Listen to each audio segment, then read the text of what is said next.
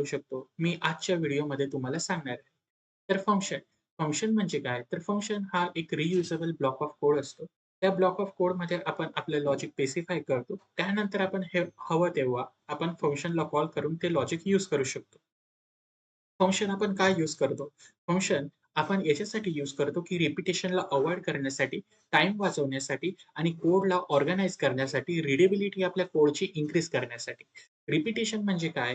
जर तुम्ही तुमच्या प्रोग्रामिंगमध्ये सेम टास्क खूप वेळा करत असाल, तर त्यामुळे तुमचा टाईम वाढणार आहे.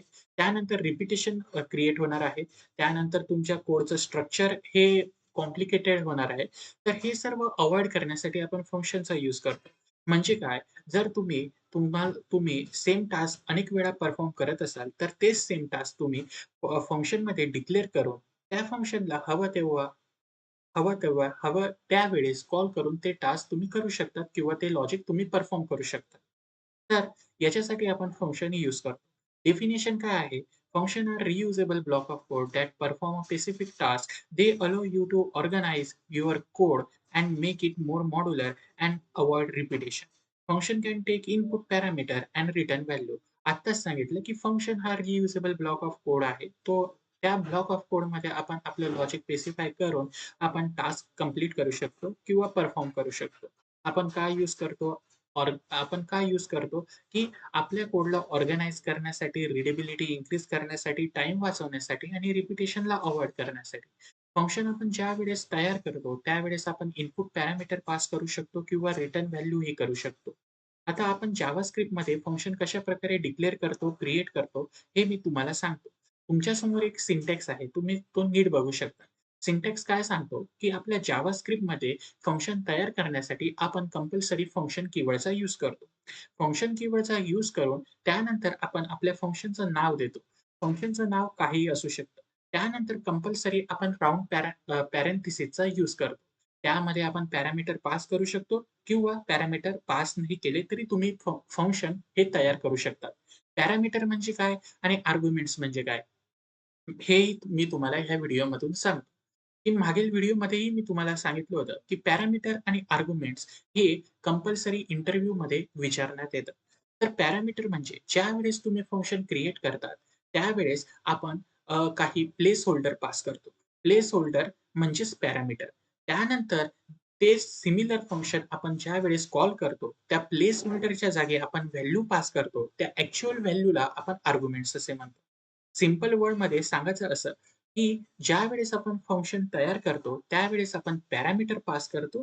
त्यानंतर सेम फंक्शन आपण ज्यावेळेस कॉल करतो, त्यावेळेस त्यामध्ये आपण व्हॅल्यू पुट करतो. त्या व्हॅल्यूलाच आपण आर्ग्युमेंट्स असे म्हणतो. तर सिंटॅक्स अतिशय सिंपल आहे मित्रांनो, की ज्यावेळेस आपण फंक्शन जावास्क्रिप्टमध्ये तयार करतो, त्यावेळेस आपण फंक्शन कीवर्डचा यूज करतो. त्यानंतर फंक्शनचं नाव देतो. त्यानंतर कंपल्सरी आपण राउंड पॅरेंथेसिस यूज करतो. त्या पॅरेंथेसिसमध्ये तुम्ही पॅरामीटर पास करू शकतात किंवा नाही. त्यानंतर तुमची फंक्शनची मेन बॉडी येते. त्यानंतर आता आपण बेसिक एक्झाम्पल घेऊया. त्यामुळे तुम्हाला नीट समजेल फंक्शन कशाप्रकारे वर्क करतं किंवा आपण कॉल करतो फंक्शनला आणि कशाप्रकारे आपले स्टेटमेंट एक्झिक्यूट होतात किंवा फंक्शनमधली बॉडी एक्झिक्यूट होते. मित्रांनो, आपल्यासमोर हे एक बेसिक फंक्शनचं एक्झाम्पल आहे. मी एक फंक्शन तयार केलेलं आहे युजिंग फंक्शन कीवर्ड. माझ्या फंक्शनचं नाव आहे ग्रीट.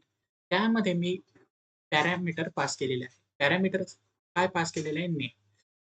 तर आणि माझ्या मेन बॉडीमध्ये, फंक्शनच्या मेन बॉडीमध्ये मी एक स्टेटमेंट प्रिंट करत आहे. त्या स्टेटमेंटमध्ये हेल्लो आणि त्याच्या संग मी हा नेम पॅरामीटर पास केलेला आहे. म्हणजे काय होणार, ज्यावेळेस मी फंक्शन कॉल करेल, हा सेम फंक्शन त्या पॅरामीटरच्या जागी, त्या प्लेस होल्डरच्या जागी मी व्हॅल्यू प्लेस करेल म्हणजे आर्ग्युमेंट पास करेल. ते आर्ग्युमेंट जो पण मी पास करेल ते इथे प्रिंट होणार आहे. ओके. तर कसं होतं ते बघूया. मी फंक्शन कीवर्डचा यूज करून फंक्शन तयार केलं. त्यामध्ये मी पॅरामीटर नेम घेतलेला आहे आणि स्टेटमेंट मी प्रिंट करत आहे. आता मी ह्या सेम फंक्शनला कॉल करत आहे. इथे आपण फंक्शनला कॉल कसं करतो? आपण फंक्शनला कॉल आपल्या फंक्शनचं नाव, त्यानंतर आपण कंपल्सरी राउंड पॅरेंथेसिसमध्ये समजा मी पॅरामीटर पास केले असेल, तर त्यामध्ये त्याची व्हॅल्यू पास करतो. नाहीतर फक्त आपण पॅरेंथेसिस यूज करतो कॉल करताना आणि फंक्शनचं नाव. तर मी इथे काय घेतलेलं आहे, माझ्या फंक्शनचं नाव ग्रीट आहे. त्यानंतर राउंड पॅरेंथेसिसमध्ये मी पॅरामीटरची व्हॅल्यू म्हणजे आर्ग्युमेंट्स पास केलेले आहे हेमंत. तर आता काय होणार आहे, हा हेमंत याने ह्या नेममध्ये येईल. आता नेम काय झालेला आहे? माझा हेमंत. ओके. कॉल करताना फंक्शनला कॉल करताना मी व्हॅल्यू पास केली हेमंत म्हणजे ह्या नेमची व्हॅल्यू काय झाली आता हेमंत. आता आणि ह्या फंक्शनमध्ये मी कन्सोल डॉट लॉग हेल्लो आणि इथे मी नेम म्हणजे प्रिंट करत होतो. तर नेममध्ये काय आहे? हेमंत आहे. तर आता मला आउटपुट काय येणार आहे? हेल्लो हेमंत. तर आता आपण टर्मिनलवर येऊया. बघूया आन्सर राइट आहे का नाही. बघा मित्रांनो, आन्सर काय आलं? हेल्लो हेमंत. अशा प्रकारे बेसिक फंक्शन वर्क करतो.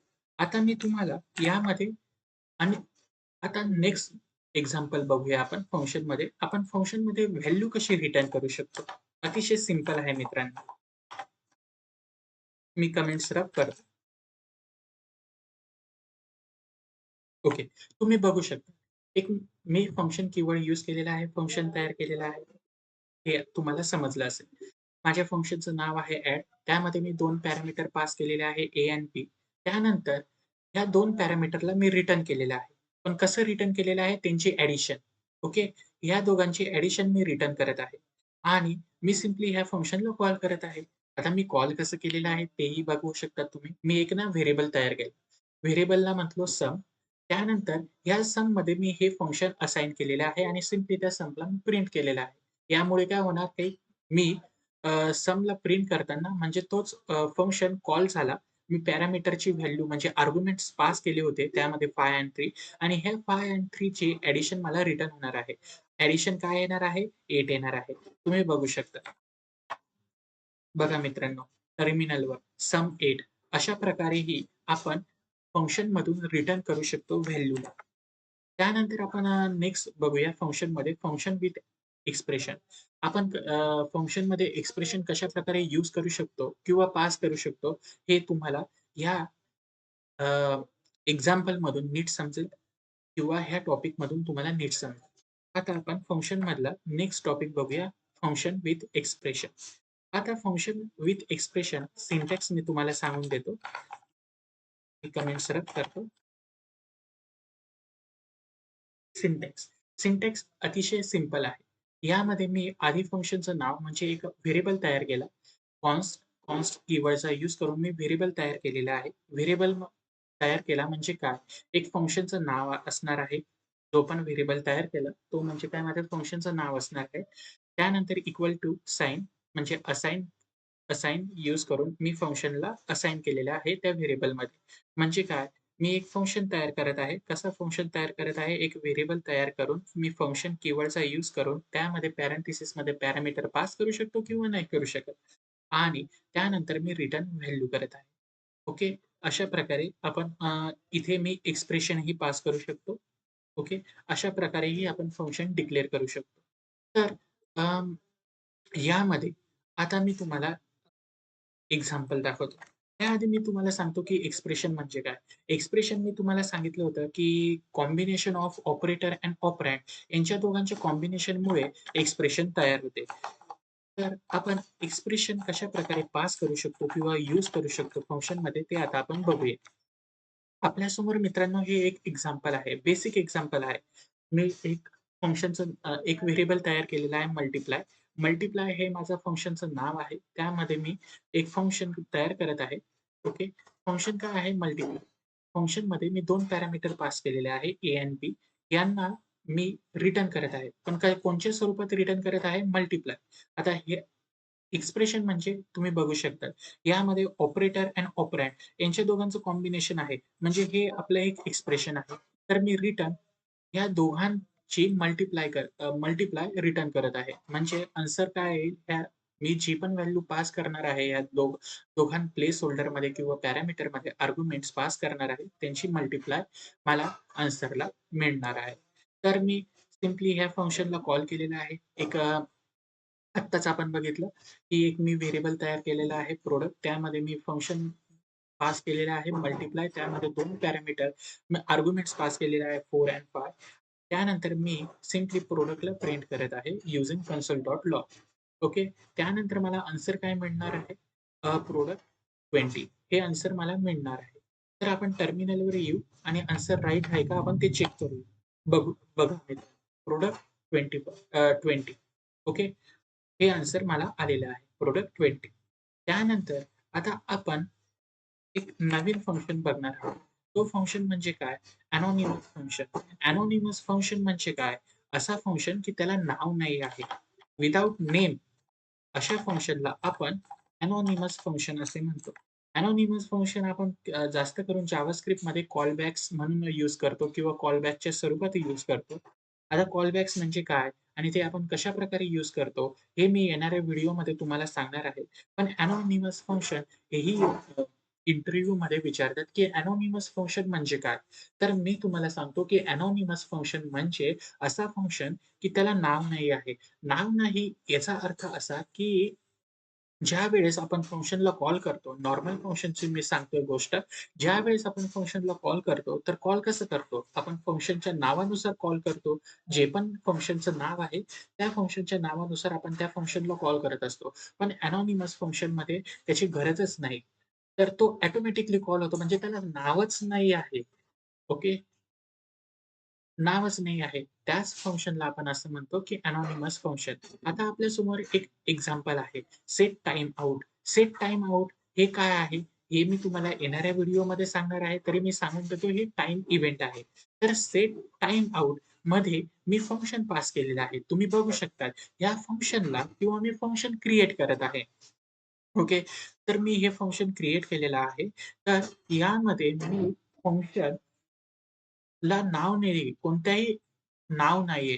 तुम्ही बघू शकता. सिम्पली मी काय फंक्शन कीवर्डचा यूज करून विथआऊट पॅरामीटर पास करून मी एक फंक्शन तयार केलं. त्या फंक्शनमध्ये त्याच्या बॉडीमध्ये काय मेन्शन आहे किंवा काय मी डिक्लेअर केलेलं आहे, काय लॉजिक आहे, तर मी सिम्पली ही लाईन प्रिंट करत आहे. हे स्टेटमेंट मी प्रिंट करत आहे using console.log. This run after 1 second. त्यानंतर त्यानंतर ह्या फंक्शनची बॉडी क्लोज केली. त्यानंतर मी 1 मिलीसेकंड हा टाईम मेन्शन केलेला आहे. तर आता सेट टाईम आउट मध्ये काय होणार आहे? हे टाईम इव्हेंट्स आहे. 1 मिलीसेकंड 1 मिलीसेकंड म्हणजे 1 सेकंड. 1 सेकंड नंतर हा फंक्शन रन होणार आहे. तुम्ही बघू शकतात. आता मी याला रन करतो. बघा. 1 सेकंड नंतर हे स्टेटमेंट प्रिंट झालं. This run after 1 second. आता मी जेव्हा हा फंक्शन रन कसं काय झाला? म्हणजे काय? मी याला कॉलच केला नाही, असं तुम्हाला डाउट आला असेल. कॉल हो. तर एनोनिमस फंक्शनमध्ये आपण कॉल केलं नाही म्हणजे काय त्या फंक्शनला नाव नाही आहे. तो ऑटोमॅटिकली कॉल होणार आहे. ओके.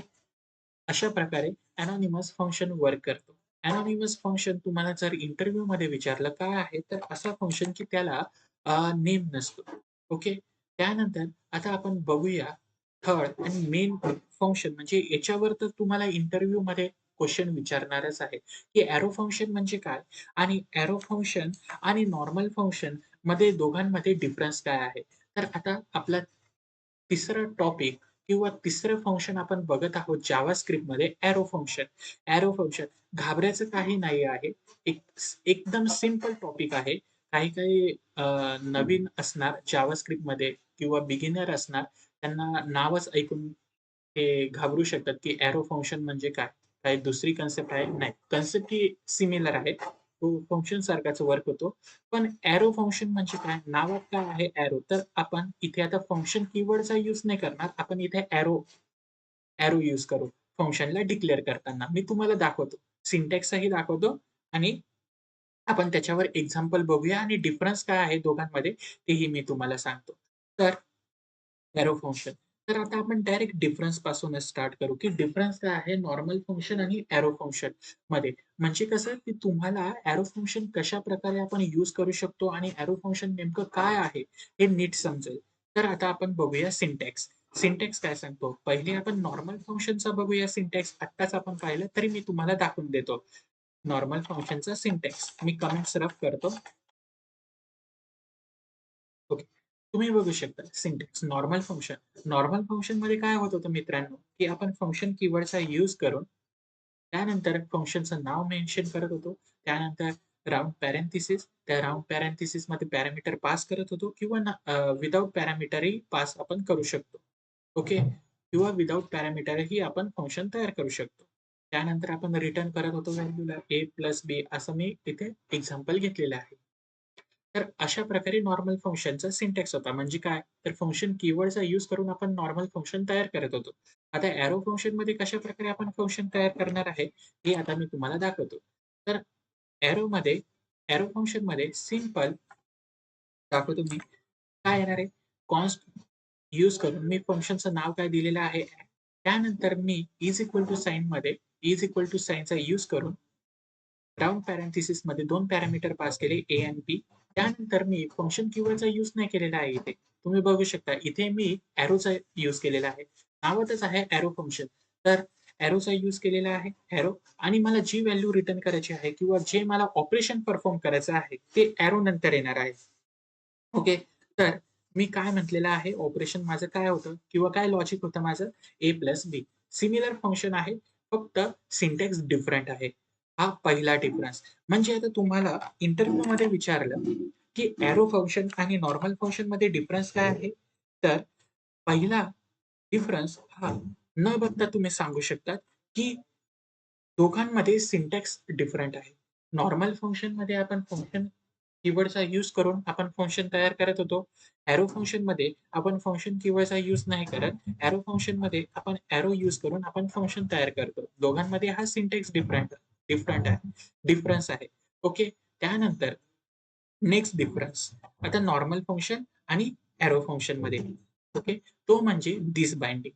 दिस कीवर्डचा आपण यूज हा नॉर्मल फंक्शनमध्ये करू शकतो आणि एरो फंक्शनमध्ये दिस कीवर्डचा यूज आपण केला किंवा ऑब्जेक्ट संग आपण डील केलं तर काय आन्सर येतं? तेही आपण आता बघूया. दिस बाइंडिंग, दिस बाइंडिंग. ओके. मी आता कमेंट्स रब करतो.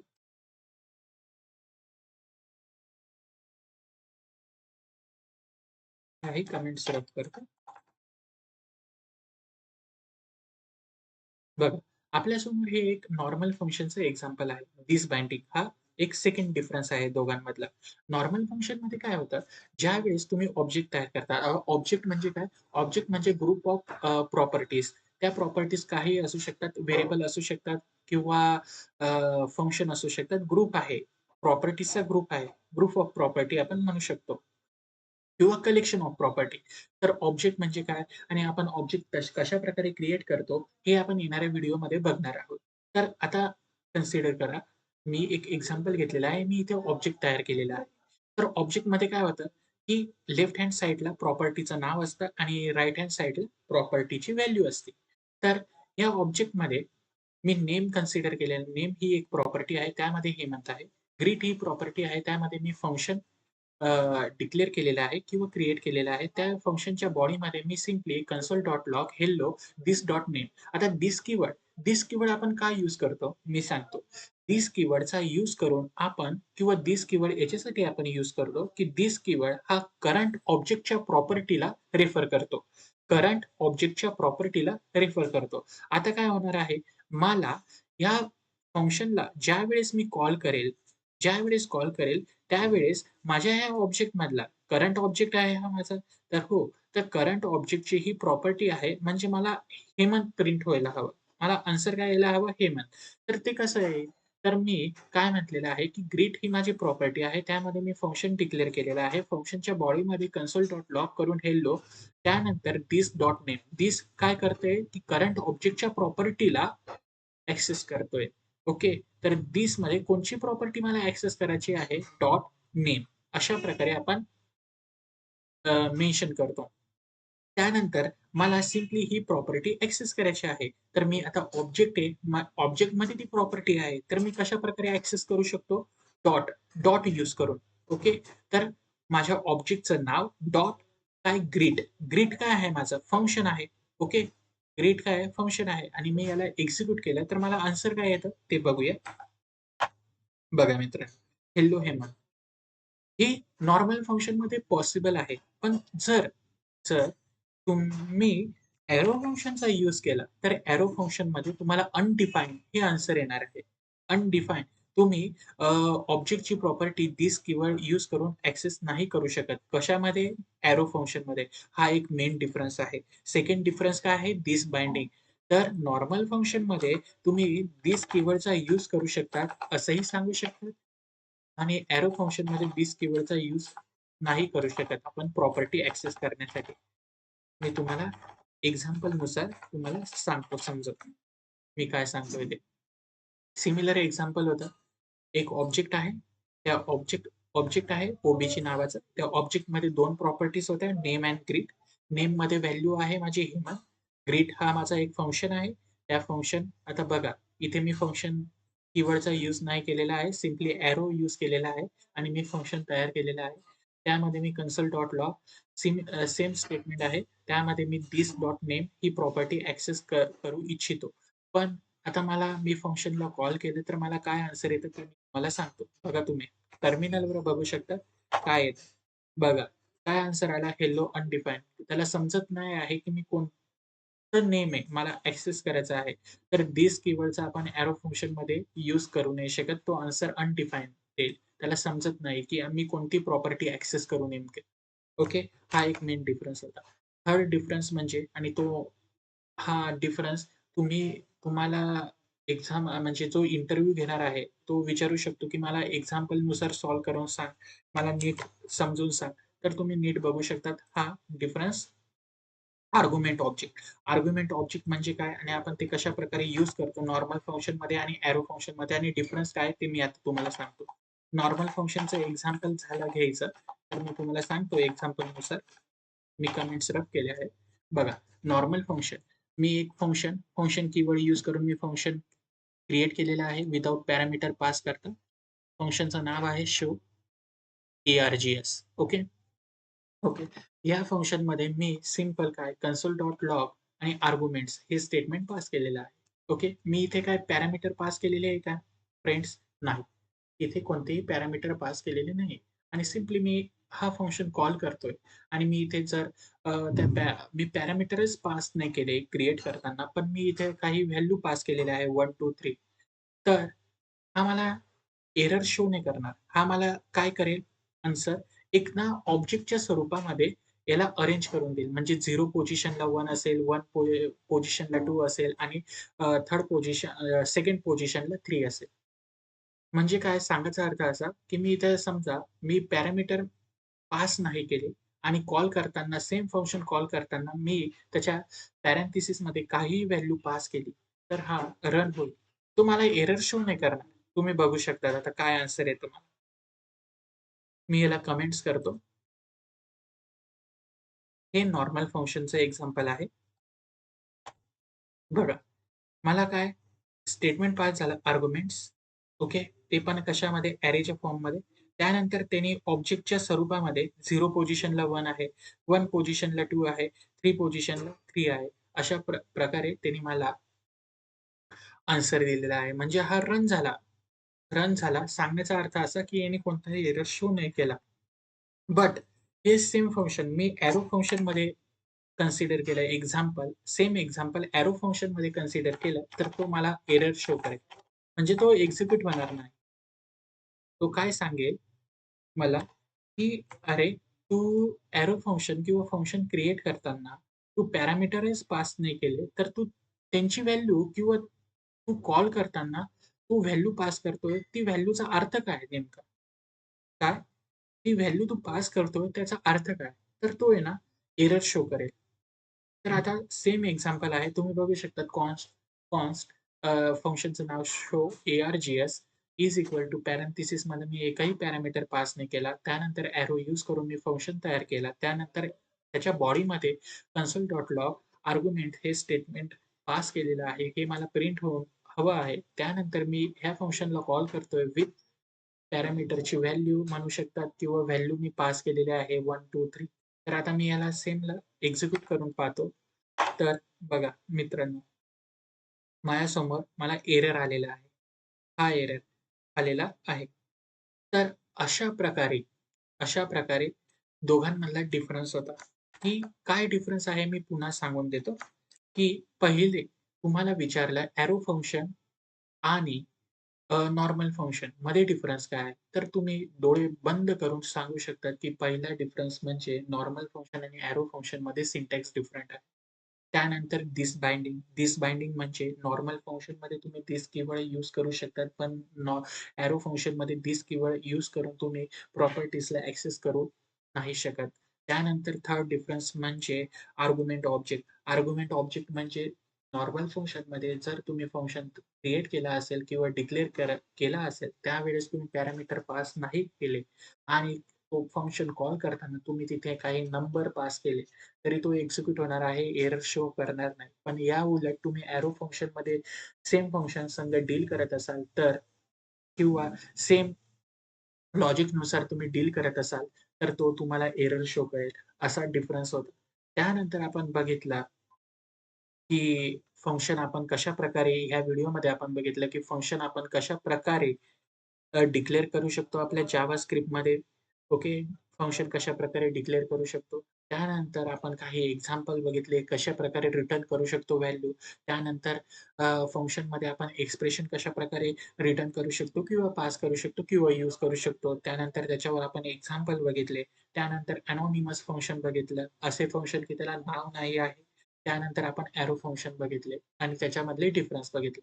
मित्रांनो, ही व्हिडिओ जर तुम्हाला नक्की आवडली असेल, तर चॅनलला सबस्क्राईब करा, लाईक करा आणि शेअर करा. थँक्स मित्रांनो. बाय मित्रांनो.